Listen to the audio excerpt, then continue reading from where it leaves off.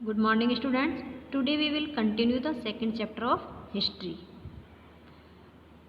Next is unusually for the 12th century was a long Sanskrit poem contain the history of king who ruled over Kashmir. 12th century में एक poem contain की गई थी जिसमें कश्मीर में के जो किंग्स थे, कश्मीर के जो राजा थे, उनकी हिस्ट्री उसमें डिस्क्राइब की हुई. It was compose bye an author name Kalhana. और ये जो पोएम थी वो कंपोज किसने की, इस पोएम की रचना किसने की? एक ऑथर है, एक लेखक है, उसका नाम मिलता है कल्हण. और देखिए उस पोएम का या उस बुक का नाम था कल्हण की राजतरंगिणी. ही used a variety of sources including inscription, documents, I witness account and earlier historian who right his account.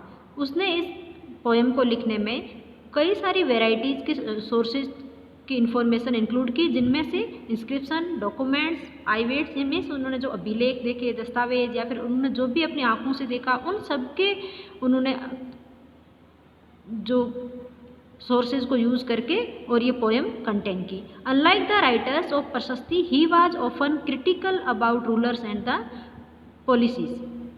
देखिए प्रशस्ति क्या होती है? प्रशस्ति में हमेशा राजा की प्रशंसा की जाती है, लेकिन कल्हण ने जो प्रशस्ति लिखी उसमें दूसरे ऑथर के विपरीत, दूसरे ऑथर के तरह नहीं करके उसने क्रिटिकल सिचुएशन पैदा की. क्रिटिकल का मतलब होता है आलोचनात्मक. आलोचना में क्या होता है? उसकी बुराइयां और अच्छाइयां दोनों दिखाई जाती है. मीन्स उसने रूलर की अच्छाइयां भी बताई और बुराइयां भी बताई. बल्कि प्रशस्ति में ये होता है कि सिर्फ प्रशंसा की जाती है और उसकी अच्छाइयां ही दिखाई जाती है. तो उस कल्हण ने प्रशस्ति में क्रिटिकल सिचुएशन पैदा की, उसमें रूलर्स की अच्छाइयाँ और रूलर्स की बुराइयाँ दोनों दिखाई गई. रूलर्स एंड द पॉलिसीज, और जो भी नीतियाँ अपनाई जाती थी उनको भी उसने क्रिटिसाइज किया. Now topic is war fair for wealth. धन के लिए युद्ध. You may have noticed that each of these ruling dynasty was based in a specific region. आपने नोटिस किया होगा कि हर डायनेस्टी का एक स्पेसिफिक रीजन था. स्पेसिफिक मतलब स्पेशल, कोई विशेष क्षेत्र में हर एक डायनेस्टी रूल करती थी. At the same time they tried to control other areas. उसी टाइम वो दूसरे एरिया को भी कंट्रोल करने की कोशिश करते थे. One particularly prize area was the city of Kannauj in the Ganga valley.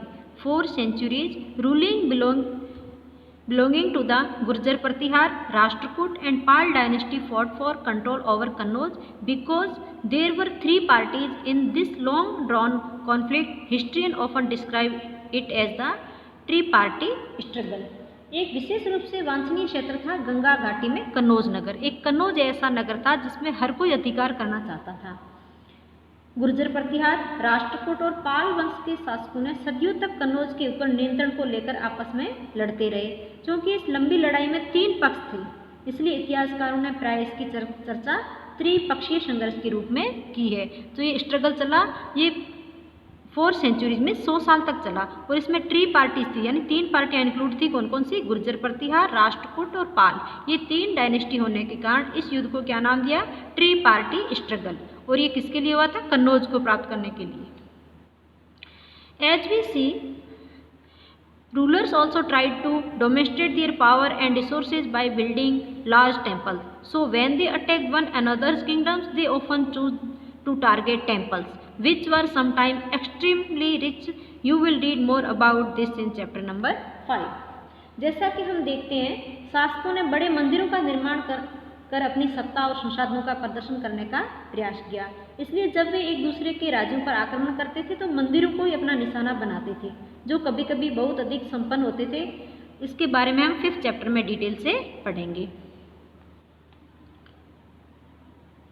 One of the best known of such rulers is Sultan Mahmud of Ghazni, Afghanistan. He ruled from 997 to 1030 and extended control over part of Central Asia, Iran and northwestern part of the subcontinent.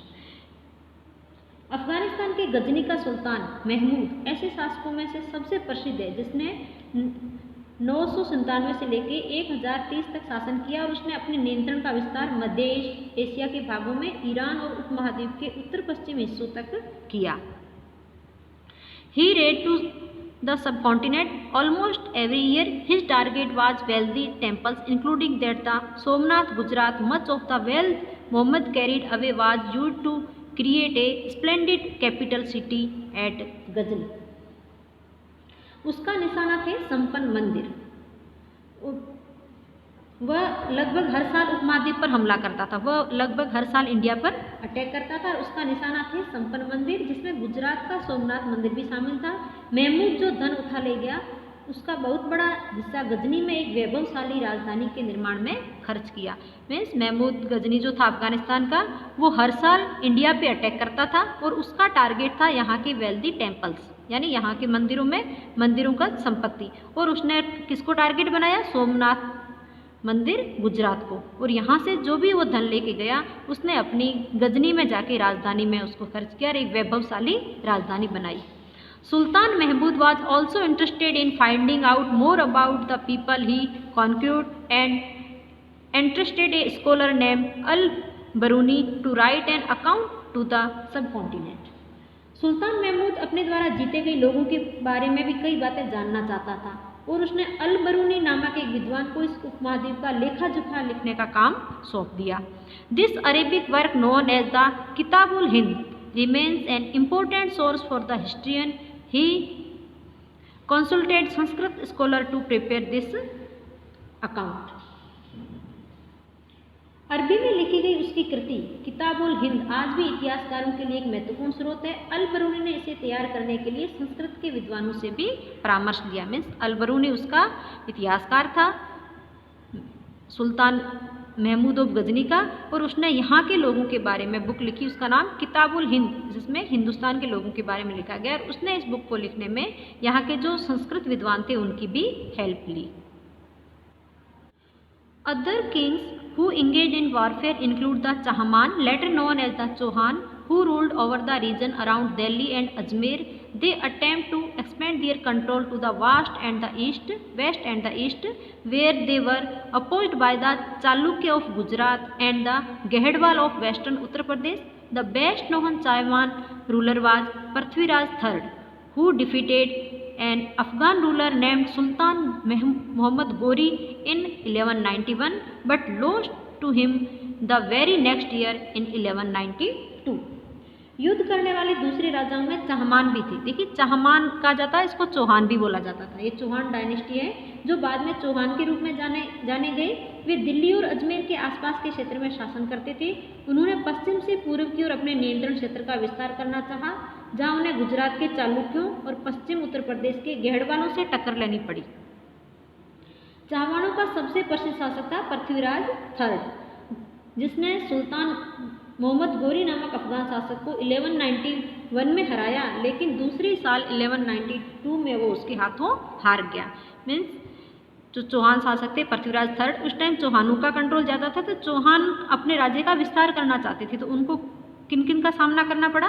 Gujarat के चालुक्यों का और western Uttar Pradesh में गेहड़वाल शासकों का। इसके अलावा उस time Mohammad Ghori जो था उसने इंडिया पे अटैक किया। पृथ्वीराज III से जब उसने युद्ध किया तो 1191 में 1192 में उसने टू वॉर लड़े थे, 2 युद्ध लड़े थे, जिसको तराइन का युद्ध बोलते हैं। तराइन के मैदान में उसने 2 युद्ध लड़े थे। फर्स्ट युद्ध जो था तराइन का 1191 में, इसमें पृथ्वीराज III की जीत हो गई और मोहम्मद गोरी को हरा दिया। लेकिन अगले ही साल 1192 में मोहम्मद गोरी ने पृथ्वीराज को हरा दिया और उसके बाद में यहाँ से हमारे इंडिया में मुस्लिम राज्यों का राज स्टार्ट हो जाएगा। Now a closer look the Cholas. अब हम चोलाज डायनेस्टी के बारे में पढ़ेंगे। From Uraiyur to Tanjore. उरेयूर तंजौर क्या देखिए, पुरानी इनकी राजधानी थी, उरेयूर थी और बाद में इसको तंजौर बना दिया गया। तो उरेयूर से तंजौर तक उन्होंने अपनी डायनेस्टी कैसे स्टेबलाइज की। How did the Cholas rise to power.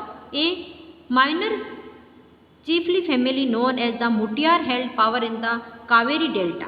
They were subordinate to the Pallav king of Kanchipuram, Vijayalaya, who belonged to the ancient chieftain family of the Cholas from Ureyur. Captured the delta from the Mutiyar in the middle of the 19th century. He built the town of Tanjore and a temple for goddess निशुंभनी देवी। चोल वंश सत्ता में कैसे आया? Kaveri delta के मुटियार नाम से प्रसिद्ध एक छोटे से मुखिया परिवार की सत्ता थी। वे कांचीपुरम के पल्लव राजाओं के सामंत थे। उरेयूर के चोल वंशीय प्राचीन मुखिया परिवार के विजयालय ने 9वीं सदी के मध्य में मुटियारों को हराकर इस डेल्टा पर कब्जा जमाया। उसने वहां तंजौर शहर और निशंभुशुदिनी देवी का मंदिर भी बनवाया। The successor of Vijayalaya conquered neighboring region and kingdom grew in size and power. The Pandey and the Pallav territories to the south and north were made part of the kingdoms. Vijayalaya के उत्तराधिकारियों ने पड़ोसी इलाकों को जीता और उसका राज्य अपने क्षेत्रफल तथा शक्ति दोनों रूपों में बढ़ता गया। दक्षिण और उत्तर के पांड्य और पल्लव के इलाके उस राज्य का हिस्सा बना दिए गए। Rajendra first, considered the most powerful Chol ruler, became king in 985 and expanded control over most of these areas. He also recognized the administration of the empire. Rajendra's son, Rajaraj's son, Rajendra first continued his policies and even raided the Ganga Valley, Sri Lanka and countries of Southeast Asia, developing a navy for these expeditions.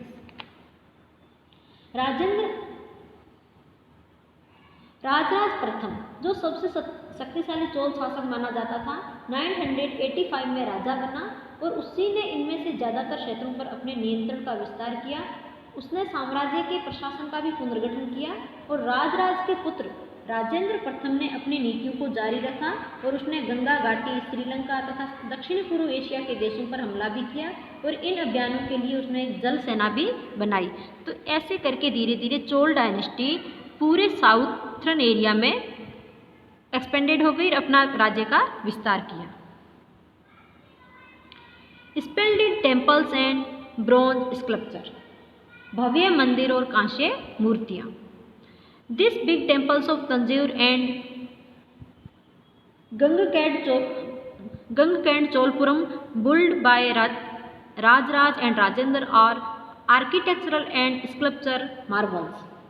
Rajaraja और राजेंद्र प्रथम द्वारा बनाए गए तंजावुर में गंगईकोंड चोलपुरम के बड़े मंदिर स्थापत्य और मूर्तिकला की दृष्टि से एक चमत्कार थे। इतने भव्य मंदिर बनाए कि वो एक चमत्कार सा प्रतीत होता था। Chol temples often become the nucleus of settlement which grew around them. They were centers of the craft production. Temples were also endowed with the land by the rulers as well as by others. Chola मंदिर अक्सर अपने आसपास विकसित होने वाली बस्तियों के केंद्र बन गए थे। ये शिल्प उत्पादन के केंद्र थे और ये मंदिर शासकों और अन्य लोगों द्वारा दी गई भूमि से भी संपन्न हो गए थे। The produce of this land went into maintain all the specialists who worked in the temples and very often lived near it. Priests, garland makers, cooks, sweepers, musicians, dancers, etc. In other words, temples were not only places of worship, they were the hub of economy, social and cultural life as well. इस भूमि की उपज उन सारे विशेषज्ञों का निर्वाह करने में खर्च होती थी जो मंदिर के आसपास रहते थे और उसके लिए काम करते थे, जैसे पुरोहित, मालाकार, बावर्ची, महत्तर, संगीतकार, नर्तक इत्यादि। दूसरे शब्दों में हम कह सकते हैं कि मंदिर सिर्फ पूजा आराधना के स्थान नहीं थे, वे आर्थिक, सामाजिक और सांस्कृतिक जीवन के केंद्र भी बन गए थे। मीन्स अब मंदिर इतने इम्पोर्टेंट बन गए थे कि ये इकोनॉमिक, सोशल और कल्चरल हब बन गए थे। Among the craft associated with the temples, the making of bronze image was the most distinctive. Chol bronze images are considered among the finest in the world. While most images were of the deity, sometimes images were made of devotee as well. मंदिर के साथ जुड़े हुए शिल्पों में से सबसे विशिष्ट था कांस्य प्रतिमाएं बनाने का। मीन्स कांस्य की मूर्तियां बनाई जाती थी। चोल कांस्य प्रतिमाएं संसार की सबसे उत्कृष्ट कांस्य प्रतिमाओं में गिनी जाती है। ज़्यादातर प्रतिमाएं तो देवी देवताओं की होती थी, लेकिन कुछ प्रतिमाएं भक्तों की भी बनाई जाती थी। इट्स मीन चोल डायनेस्टी में उस टाइम ब्रोंज से जो मूर्तियाँ बनाई जाती थी, इसका काम सबसे ज़्यादा होता था। तो इस प्रकार चोल डायनेस्टी उस एरिया में पावरफुल हो गई थी। Okay, thanks.